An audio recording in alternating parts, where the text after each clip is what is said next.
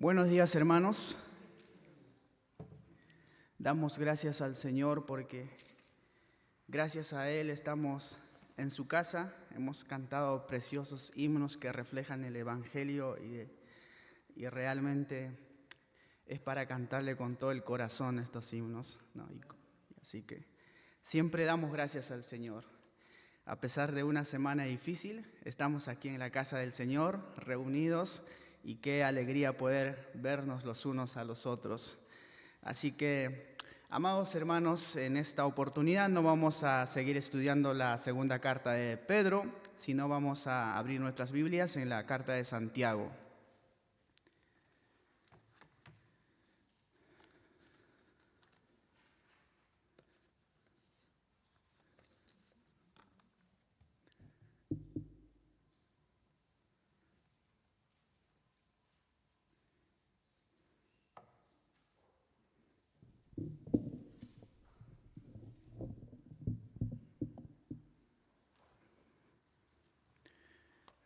Para nuestro estudio del día de hoy vamos a considerar lo de los versículos 2 al 4, pero lo vamos a leer desde el versículo 1.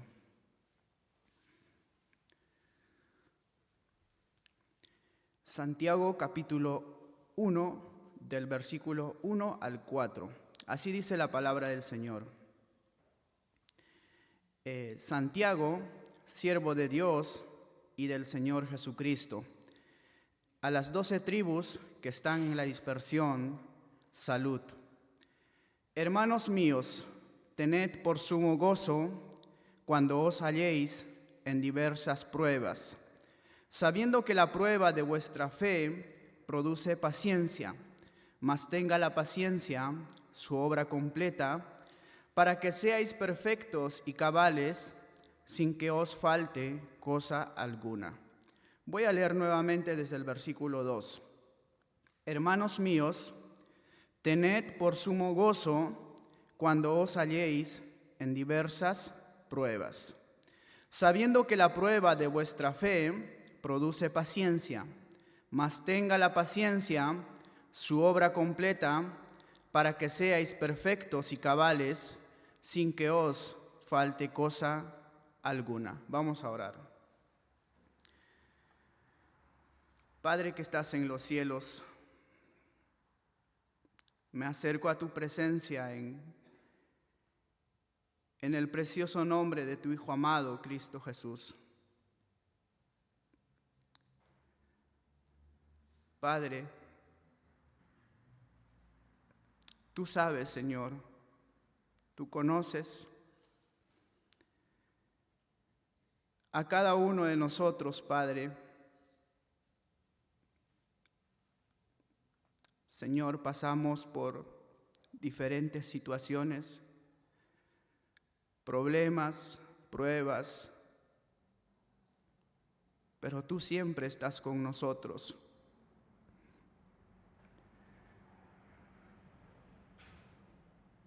Por favor, Padre, te pido que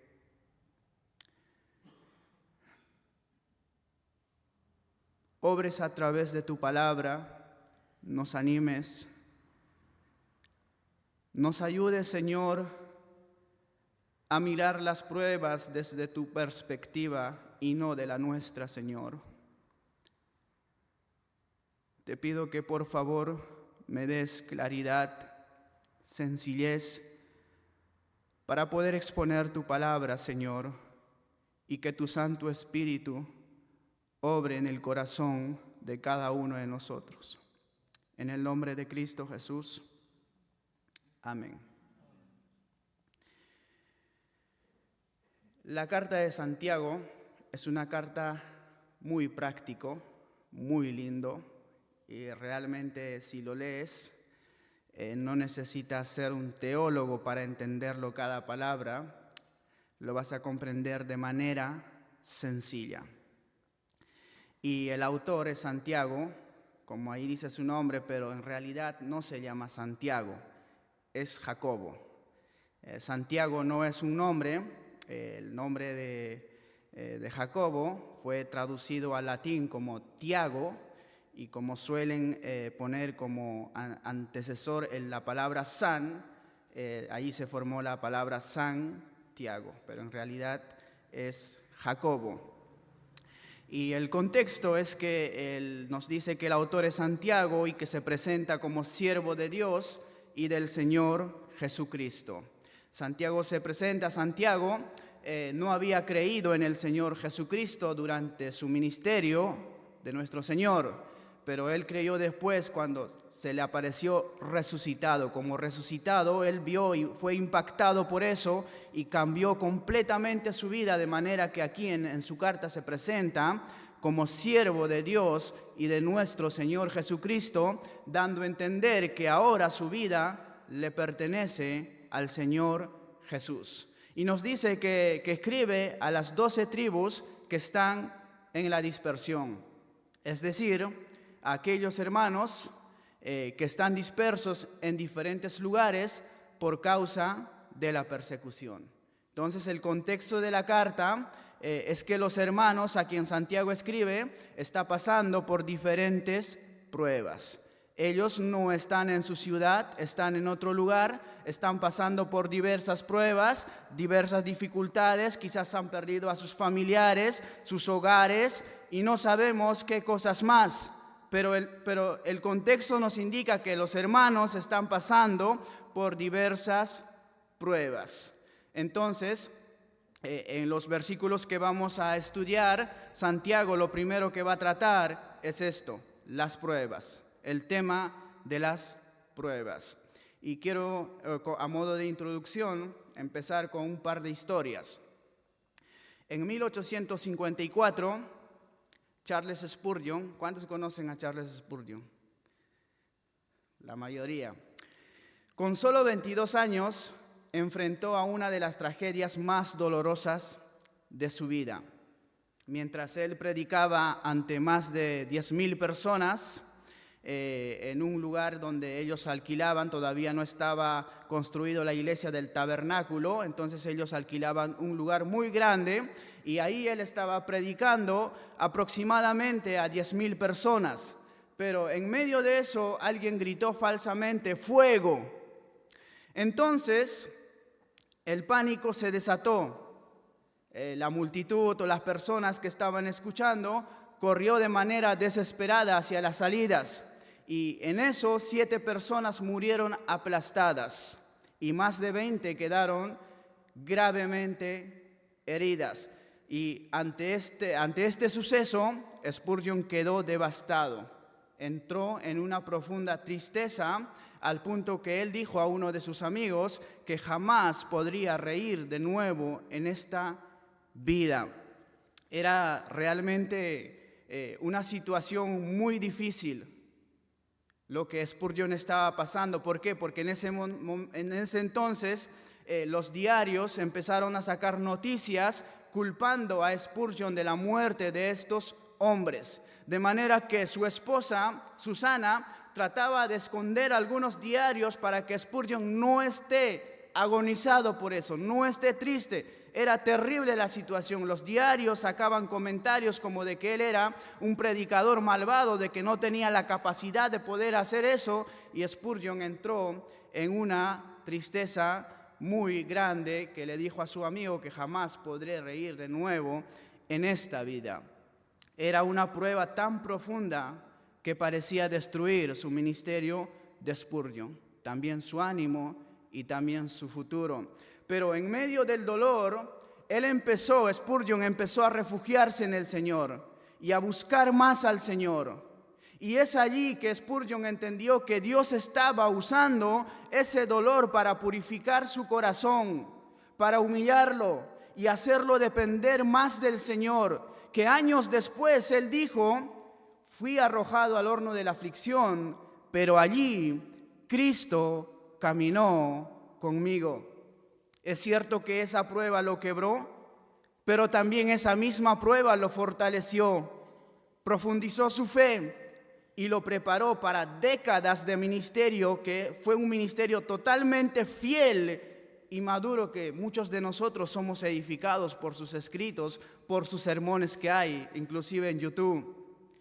Y hay otra historia que tengo que es de Corrie ten Boom, no sé si lo han escuchado, y su hermana Betsy. Ellas eran cristianas holandesas y ellas fueron arrestadas por esconder judíos durante la época de los nazis, creo que la Segunda Guerra Mundial. Tras varios interrogatorios y traslados, terminaron en el campo de concentración de Ravensbrück. Este era uno de los lugares más brutales que los nazis castigaban, y allí ellas fueron asignadas a un galpón muy sucio, muy húmedo y lleno de mujeres enfermas. Pero lo peor no era todo eso, ni la falta de comida, ni el frío, era la plaga de pulgas y piojos que cubrían las camas, la ropa y los cuerpos. Ellos podían ver caminando por su cuerpo, por la ropa, todas las pulgas que allí había. Cuando llegaron al galpón, Betsy, la hermana de Corrie, abrió su Biblia que milagrosamente habían logrado esconder porque no podían tener Biblia. Y leyó justamente 1 de Tesalonicenses, capítulo 5, versículo 16 al 18, que dice así: Estad siempre gozosos, orad sin cesar, dad gracias a Dios en todo, porque esta es la voluntad de Dios para vosotros en Cristo Jesús.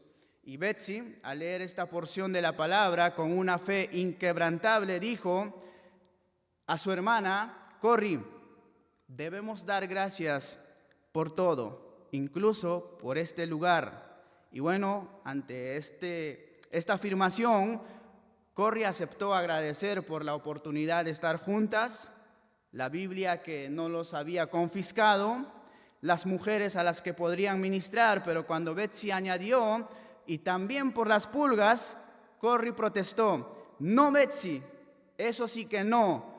¿Cómo vamos a agradecer por las pulgas? Porque tenía un pánico a las pulgas. ¿A quién le gustan las pulgas?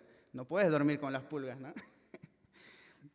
Pero Betsy insistió amablemente que deberían dar gracias. Y finalmente Corrie comprendió y dijo: está bien, gracias por las pulgas. Con el tiempo, las hermanas comenzaron a organizar estudios bíblicos clandestinos en ese galpón. Las mujeres se reunían en grupos, oraban juntos, cantaban al Señor y escuchaban la palabra de Dios. Y en ese ministerio muchos habían creído en el Señor como su Salvador. Y lo increíble era que las guardias nunca entraban a interrumpir, ni tampoco a registrar ni a golpearlas como algo que sí ocurría en los demás galpones. Un día, Betsy descubrió la razón. Una de las mujeres comentó que las guardias se negaban a entrar porque el galpón estaba plagado de pulgas y piojos. Era tan repugnante que preferirían mantenerse lejos. Betsy miró a Corrie con una sonrisa tranquila. ¿Ves, Corrie? Es por eso que debíamos agradecer por las pulgas. Corrie quedó impactada. Aquello que parecía una maldición era en realidad la protección de Dios que había usado para permitir que la palabra se predicara libremente a aquellas mujeres. La experiencia de Spurgeon y Corrie refleja exactamente lo que Santiago enseña en este pasaje. Amados hermanos, las pruebas no son accidentes. Las pruebas no son casualidades de la vida. Las pruebas no son interrupciones del plan de Dios. Las pruebas son herramientas divinas de Dios. La prueba por la que tú estás pasando no está pasando por mera casualidad. Dios lo está permitiendo con un propósito. No importa si lo pequeñito que sea o no importa si lo grande que sea, Dios lo está permitiendo. Es el plan de Dios. Pero lo que determina el resultado no es la prueba en sí, sino la actitud con la que enfrentamos esa prueba. Así que en nuestro pasaje que hemos leído, vamos a ver dos actitudes necesarias que debemos tener frente a las pruebas para que Dios complete su propósito en nuestras vidas. Y la primera actitud que debemos tener frente a las pruebas es considerar la prueba como motivo de gozo. Versículo 2 y 3 dice: Hermanos míos, tened por sumo gozo cuando os halléis en diversas pruebas, sabiendo que la prueba de vuestra fe produce paciencia.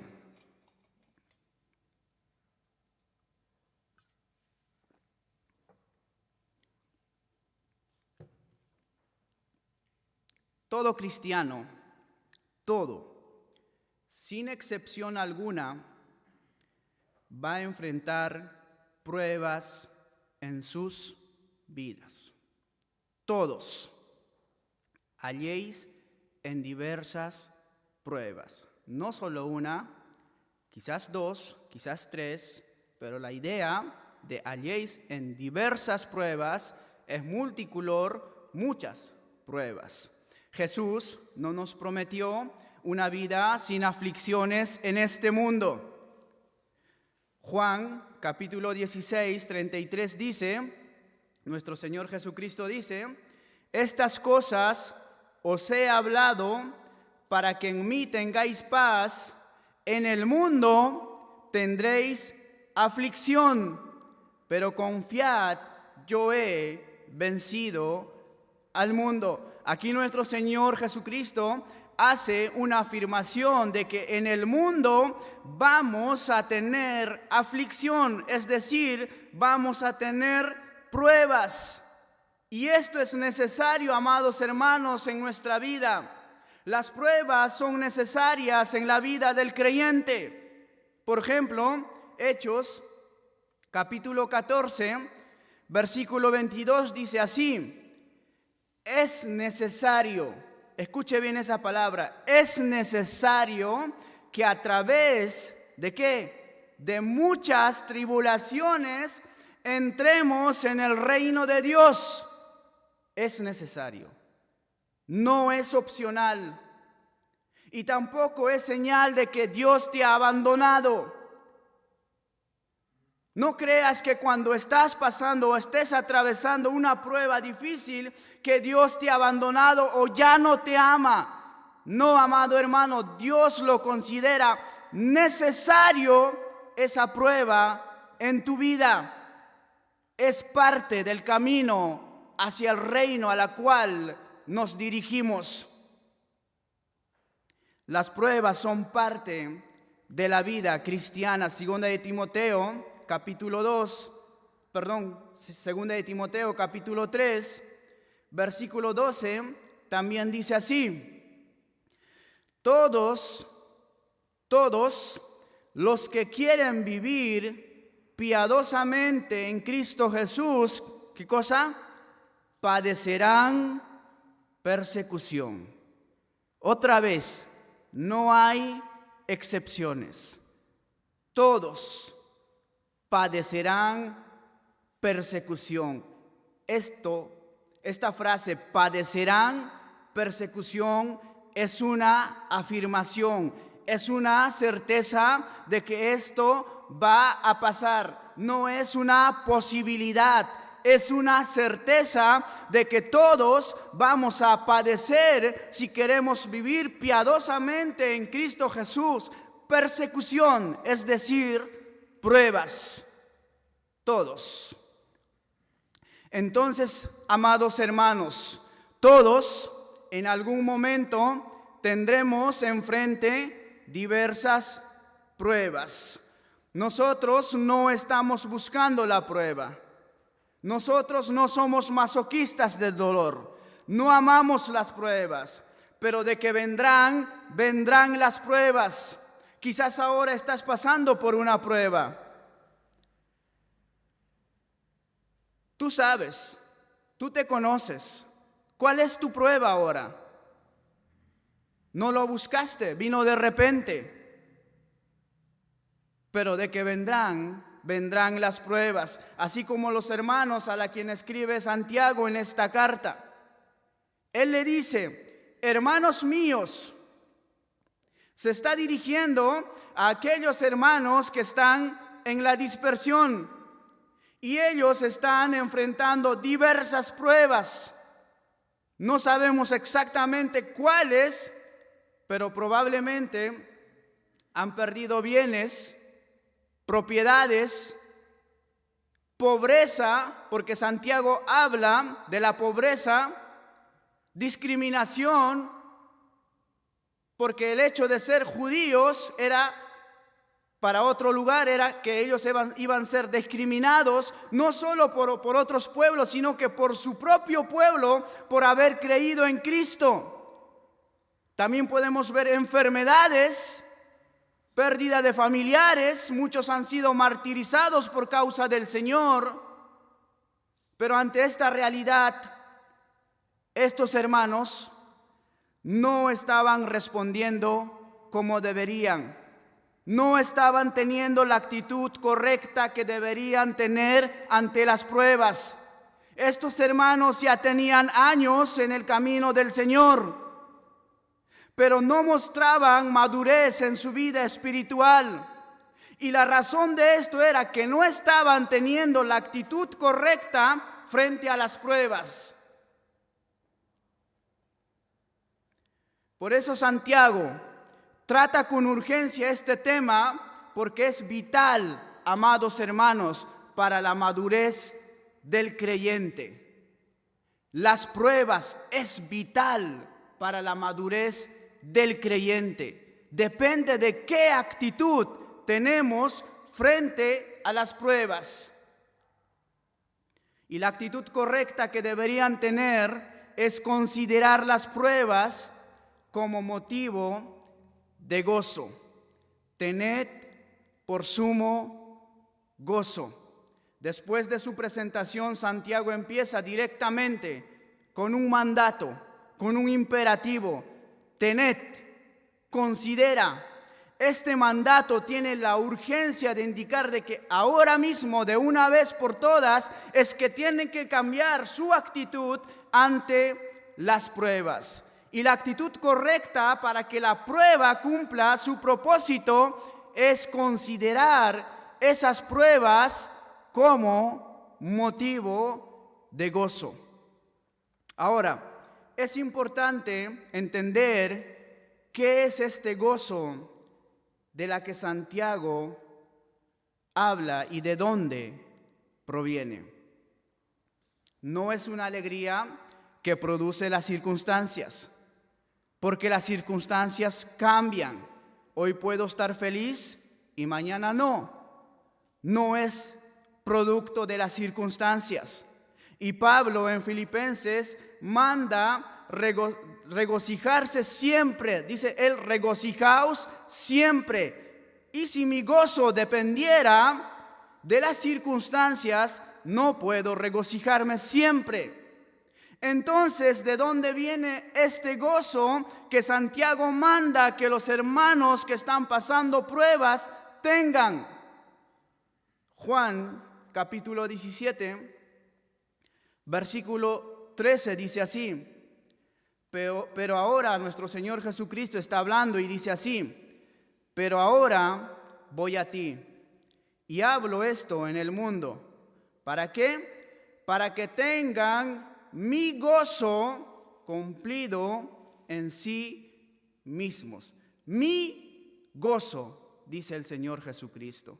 Si el gozo es su gozo, entonces es posible experimentar este gozo aún en medio de las pruebas, porque la fuente del gozo no son las circunstancias, sino es Cristo mismo. Gálatas 5:22 también dice así: mas si el fruto del Espíritu es amor, gozo, paz, paciencia, benignidad, bondad, fe. Acá nos indica que es fruto del Espíritu Santo.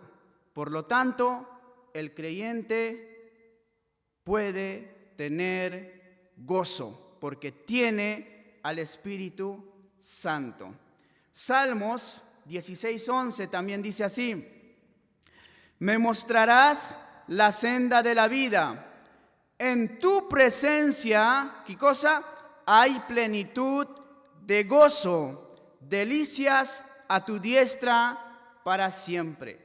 El gozo no viene de la ausencia de las pruebas, sino de la presencia de Dios. En tu presencia hay plenitud de gozo. Ahora la pregunta es, ¿de qué manera lo llevo a la práctica esto a mi vida? ¿O de qué manera debo considerar la prueba como motivo de gozo cuando estoy pasando quizás por una prueba tan difícil? Bueno, para eso vamos a ver dos ejemplos. El primer ejemplo es la de Habacuc. Les invito que por favor vayamos un ratito a Habacuc, capítulo 3.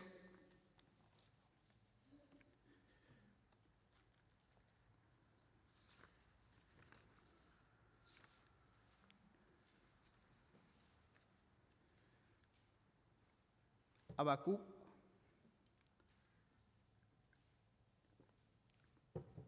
es un libro muy fácil de encontrar. Habacuc, capítulo 3, del versículo 17 al 19. Dice la palabra del Señor así: aunque la higuera no florezca, ni en las vides haya frutos, aunque le falte el producto del olivo y los labrados no den mantenimiento, y las ovejas sean quitadas de la majada, y no haya vacas en los corrales, con todo yo me alegraré en Jehová y me gozaré en el Dios de mi salvación. Jehová, el Señor, es mi fortaleza, el cual hace mis pies como de ciervas y en mis alturas me hace andar. Acá describe varias situaciones difíciles Habacuc. Dice la higuera era como un símbolo cotidiano de alimento para ese entonces. El hecho de que no florezca era signo de que no había esperanza de fruto, o sea, de alimento. Después dice que hay una escasez de aceite. El aceite era clave para el comercio, para la comida, para la luz, y tampoco no hay. Dice que hay una escasez general. La tierra no produce, no hay sustento ni presente ni futuro. Y también dice que las ovejas no daban alimento. Y las ovejas era importante en ese entonces, la carne y también su piel como abrigo. Entonces no había nada de eso. Dice también el ganado representaba la riqueza, la estabilidad de la economía del pueblo. Hay un colapso total. El peor escenario posible que se puede describir. Pero Habacuc dice, con todo yo me alegraré. ¿En quién? ¿En las circunstancias, en sus problemas? No, dice en Jehová. Y es interesante que Habacuc usa para referirse a Dios, tres nombres o tres expresiones. Primero dice, con todo yo me alegraré en Jehová. Luego dice, y me gozaré en el Dios de mi salvación. Luego dice, Jehová es el Señor. Jehová el Señor es mi fortaleza.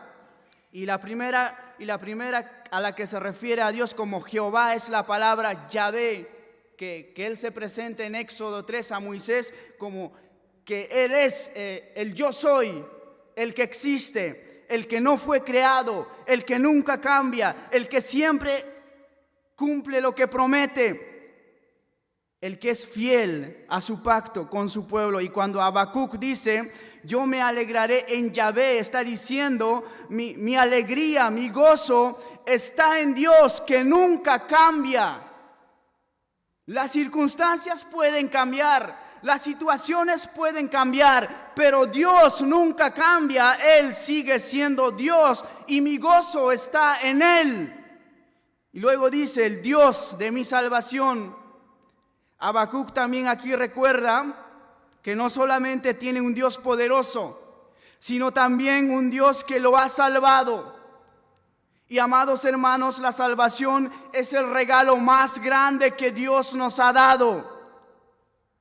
Todos los demás se puede perder, la familia se puede perder, el dinero se puede perder, la salud se puede perder. Pero la salvación que Dios nos ha dado no se puede perder. Entonces el gozo de Habacuc proviene de eso. Dios sigue siendo Dios y mi salvación está seguro en Él. Entonces mi gozo está en Dios, no en las circunstancias. Y también añade Jehová el Señor, Adonai, amo, dueño, soberano. Lo que Él está diciendo, todas estas cosas que me está pasando, que realmente es un escenario peor posible que se puede describir, Él está diciendo, el soberano lo ha permitido. Él todavía sigue bajo control de esta circunstancia. Él es sabio y sabe por qué permite todo esto. Entonces, Él dice, mi gozo está en el Señor. Él está sentado en su trono, sigue siendo Dios. Él me ha salvado, no voy a perder mi salvación por más que esté atravesando por circunstancias difíciles. Él sigue gobernando, Él es dueño y amo soberano. Nada puede pasar en esta tierra a menos que mi Dios soberano lo permita, y Él lo permite sabiamente con un propósito divino. Acá vemos a un hombre poner en práctica esto, el gozo. No vemos que Habacuc está negando las circunstancias. No vemos a Habacuc cantando y saltando de alegría. Probablemente está triste. Eso no significa que no está sin gozo. Él está confiando en quién es Dios. Él acepta toda la realidad de lo que le está pasando, pero su confianza está en Dios. Ahora vamos a ver el segundo ejemplo, que es la de nuestro Señor Jesucristo. Acompáñenme un ratito a Hebreos, capítulo 12,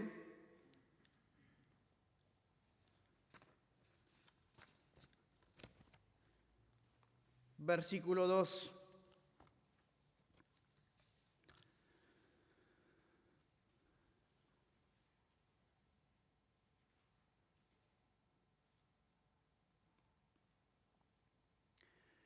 Dice así, Hebreos capítulo 12, versículo 2 dice así: puesto los ojos en Jesús, el autor y consumador de la fe, el cual por el gozo puesto delante de él, ¿qué cosa? Sufrió la cruz, menospreciando el oprobio, y se sentó a la diestra del trono de Dios. Dice que Él sufrió, lo que indica que la cruz no era algo lindo, era dolorosa, porque Cristo sufrió. Pero Él consideró ese dolor como motivo de gozo, ¿por qué? Por el resultado que ese sufrimiento traería a futuro. Él miró en la cruz más allá de ese dolor. Él miró que a través de ese sacrificio tan grande, como resultado, tú y yo íbamos a ser salvos. Él se gozó con ese resultado. Ese era el plan. Ese era el propósito de su sufrimiento. Y Cristo tuvo una actitud de gozo, no al ver las circunstancias en ese momento, sino al ver el resultado que traería ese sacrificio. Entonces, amados hermanos, podemos tener gozo cuando vemos más allá de las circunstancias, que el Dios a quien servimos es un Dios soberano que controla absolutamente todo, siempre con un propósito. Y esto no significa que no vamos a sufrir con las pruebas, porque las pruebas duelen. Esto no significa que no vamos a llorar. Recuerdo que una vez fuimos a la iglesia, era un miércoles, y fue un día normal. Después de la reunión regresamos a casa y teníamos 2 camas en ese entonces, y mi esposa se fue a acostar con mi hijo Ian. Y yo me fui a la otra cama porque estaba un poco inquieto mi hijo y estaba llorando mucho, y yo tenía que ir a trabajar al día siguiente y tenía que descansar, tenía que salir muy temprano, entonces me fui a la otra cama. Y no me acuerdo bien la hora, pero aproximadamente a las 4 o 5 de la mañana, creo, escucho que mi esposa grita. Y yo voy y mi hijo estaba muerto. Y realmente es un momento que fue doloroso. Nos abrazamos con mi esposa, no supimos qué hacer. Lo único que hicimos fue arrodillarnos y decir: Señor, tú sabes, Señor, fue un tiempo totalmente doloroso. Lloramos hasta no poder, pero confiamos en el Señor. Confiamos en el Señor, es más, eso nos llevó más a comprometernos con el Señor. Entendimos que el Señor estaba haciendo todo eso con un propósito. Y dejamos todo en las manos del Señor, pero eso no significaba que el dolor se quitara, seguía el dolor. Y hasta hoy en día el dolor viene, no desaparece, pero confiamos en que el Señor lo ha permitido con un propósito. Porque Él es sabio, porque Él me ama, Él es más inteligente que yo. Y todo eso permite con un propósito y descanso en lo que es Dios. Y es así, amados hermanos. Tu prueba te puede hacer llorar. Está bien, es bueno llorar, pero sigue confiando en el Señor, que tu Dios lo ha permitido con un propósito. Él te sigue amando, Él no ha cambiado, Él sigue siendo fiel. Entonces nos podemos gozar en Dios, podemos confiar en Él, porque Él está permitiendo con un propósito divino esa prueba. Y el propósito en nuestro texto, o la base por la que deberíamos considerar la prueba como motivo de gozo, está en el versículo 3, que dice así: sabiendo que la prueba de vuestra fe produce paciencia.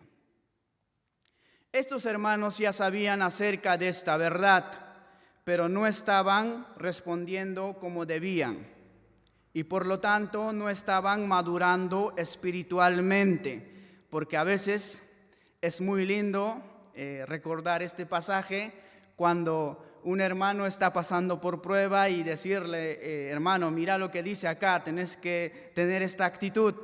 Pero cuando te llega a ti, podés saber, pero quizás no podés responder con la actitud correcta. Así que estos hermanos, como cada uno de nosotros, sabemos que Dios usa las pruebas con un propósito, pero muchas veces no podemos responder con la actitud correcta. Sabemos que Dios a los que aman permite todas las cosas con un propósito. Él nos ama. Sabemos eso. Sabemos que las pruebas Dios lo permite, pero muchas veces nos cuesta asimilar esa verdad. Entonces, ¿cuál es tu actitud, amado hermano, ante las pruebas? ¿Cómo tú reaccionas cuando pasas por una prueba? ¿Tu prueba te acerca más a Cristo o te aleja más de Cristo? Tú lo sabes. Quizás, amado hermano, tuviste una actitud distinta de ver las pruebas. Hoy puedes cambiar esa actitud y considerar a partir de hoy la prueba como motivo de gozo. Confiar en el Señor. Confiar siempre en el Señor. Él permite todo en su plan divino, amado hermano. Él conoce, Él sabe por lo que estás pasando y puedes confiar en Él, descansar en Él y puedes tener una actitud correcta, humilde para seguir sirviéndole, para seguir acercándote más a Él. Que la prueba no te aleje, que la prueba no te aparte, más bien te acerque más a Él, a servirle más a Él, a comprometerte más con Él. Así que tenemos que tener una actitud correcta frente a las pruebas, considerar por sumo gozo. Ahora vamos a ver la segunda actitud que debemos tener frente a las pruebas para que Dios complete su propósito en nuestras vidas.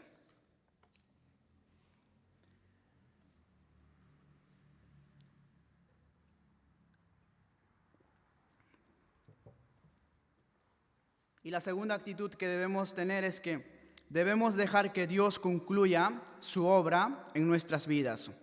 Versículo 4 dice así: mas tenga la paciencia su obra completa. ¿Para qué? Para que seáis perfectos y cabales, sin que os falte cosa alguna. La palabra mas tenga es otro mandato que también se podría leer de la siguiente manera: deja que la paciencia haga su obra completa. No obstaculices la obra de Dios que está haciendo a través de ella en tu vida. Y la paciencia no es pasividad, no es que nos tenemos que quedar tranquilitos, sino es perseverancia activa en medio de las pruebas, es resistir, es poner un esfuerzo de seguir confiando en el Señor, de seguir firme en lo que el Señor permite en nuestras vidas. La palabra paciencia no es aguantar con los brazos cruzados, es perseverar firme, una constancia que se mantiene fiel a Dios, aunque duela. Aunque muchas veces nuestra prueba tarde muchos años o a veces toda nuestra vida, tenemos que permanecer firme aunque no entendamos lo que Dios está haciendo. La paciencia no simplemente consiste en soportar el dolor. La paciencia es seguir obedeciendo a Dios aún en medio del dolor.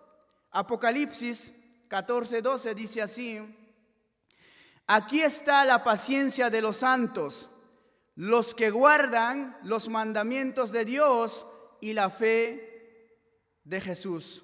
Muchos creen que la obra de Dios ocurre cuando todo sale bien, cuando todo fluye, cuando todo está bien, cuando todo está en orden. Pero según Santiago, la obra más profunda de Dios ocurre cuando perseveras en medio de las pruebas.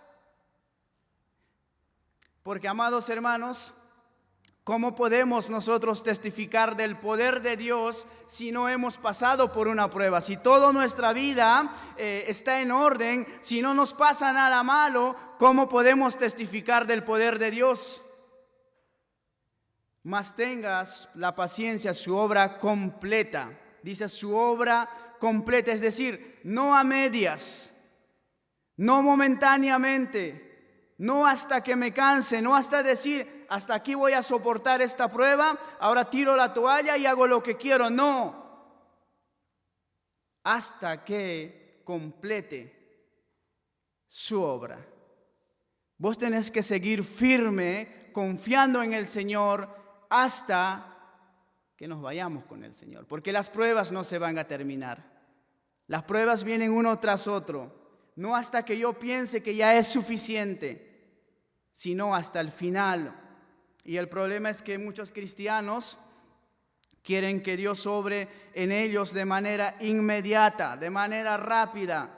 Y entonces se bajan del proceso antes que Dios termine su obra. Amado hermano, escucha, Dios te metió al proceso y déjalo que Él termine su obra en ti. Confiando en Él, sirviéndolo, amándolo, leyendo su palabra, en oración, congregándote, siendo fiel hasta el final. Deja que Él complete su obra siendo fiel. No abandones, que la prueba no te aleje.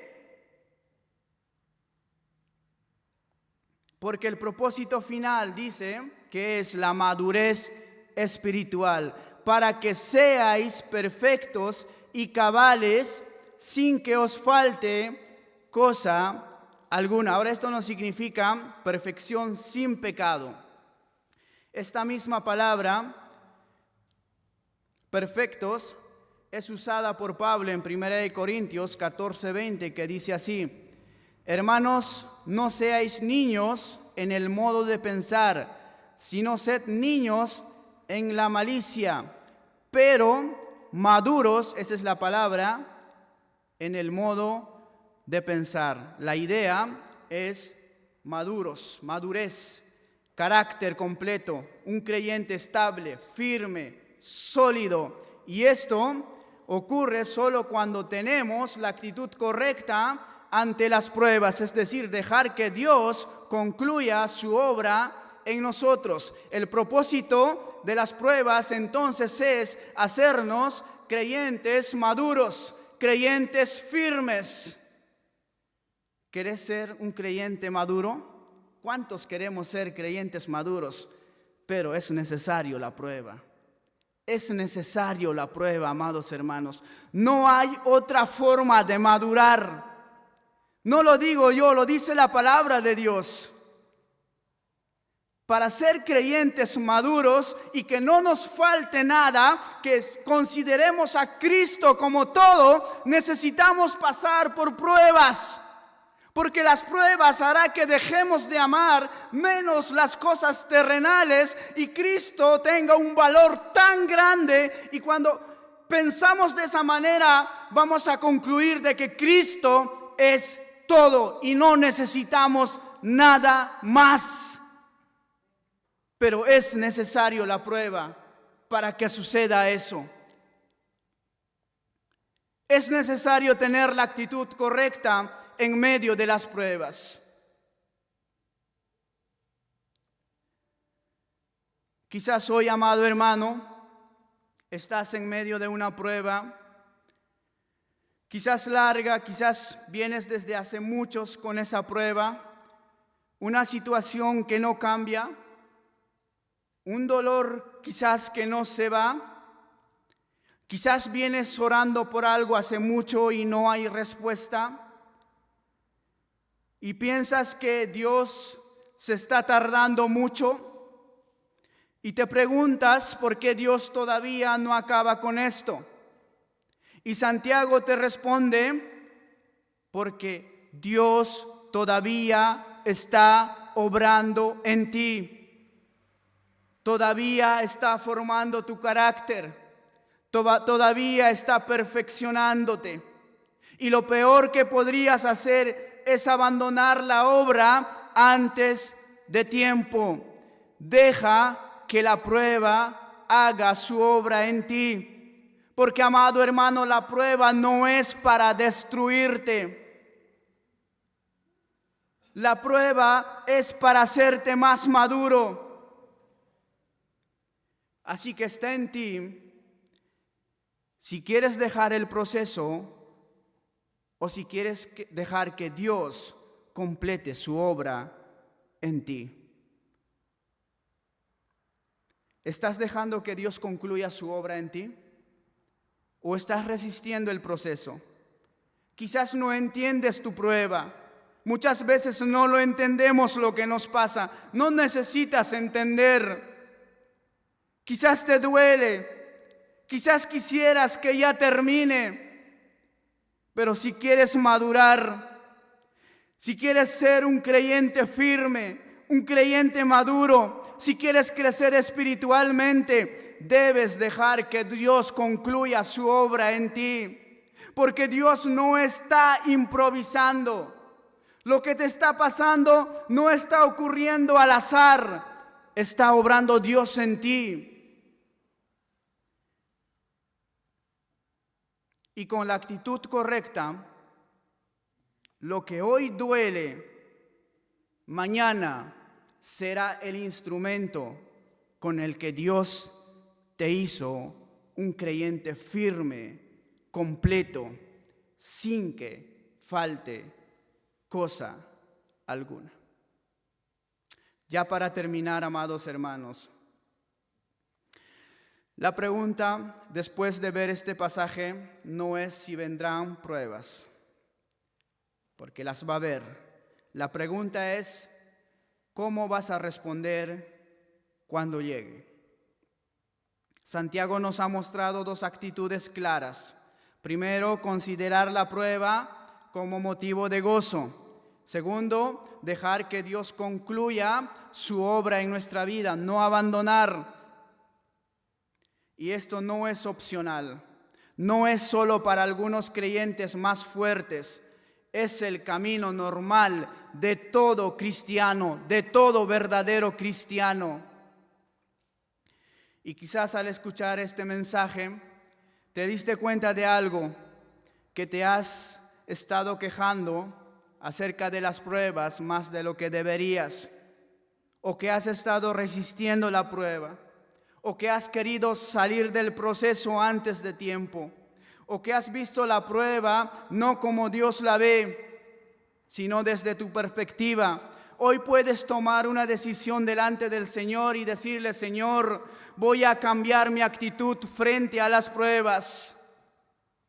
Ahora voy a ver desde tu perspectiva. Sé que tú eres un Dios soberano y sé que cada prueba tú permites con un propósito.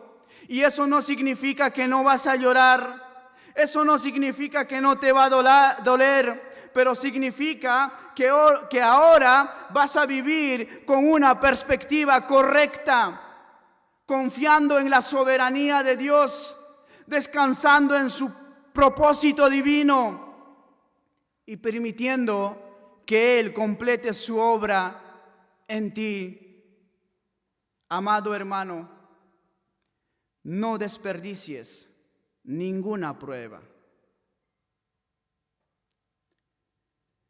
Cada una tiene un propósito en la vida del creyente. Me acuerdo cuando jugábamos en los teléfonos antiguos, había un gusanito donde ibas comiendo los cuadraditos y el gusanito se iba haciendo cada vez más grande. Bueno, la prueba para el creyente es más o menos así. Cada vez que venga una prueba, te va a hacer más maduro espiritualmente. No lo desperdicies. Cada prueba, Dios lo permite con un propósito de hacerte más maduro espiritualmente, de hacerte crecer espiritualmente. Así como en la vida de Spurgeon, así como en la vida de Corrie, lo que hoy parece dolor, mañana será madurez. Por eso cuando salgas de aquí, de este lugar, no salgas igual. Si estás en prueba, no huyas, no te endurezcas, no te quejes. Mejor regocíjate en Dios, confía en Él y deja que Él, lo que empezó en tu vida, la termine, porque el final será un resultado maravilloso. Serás un creyente maduro, firme, completo, sin que te falte cosa alguna. Vamos a orar. Padre, te damos las gracias, Señor, por tu palabra. realmente, Señor, esta palabra lo necesitamos cada día, Padre. Recordarlo, Señor, aún más, Señor, en medio de nuestras pruebas, Padre, porque somos muy propensos, Señor, a no confiar en ti, a olvidar de quién eres, Señor. Te pido, por favor, Padre, que obres, Señor, que obres, Padre. En el nombre de tu Hijo amado Cristo Jesús. Amén.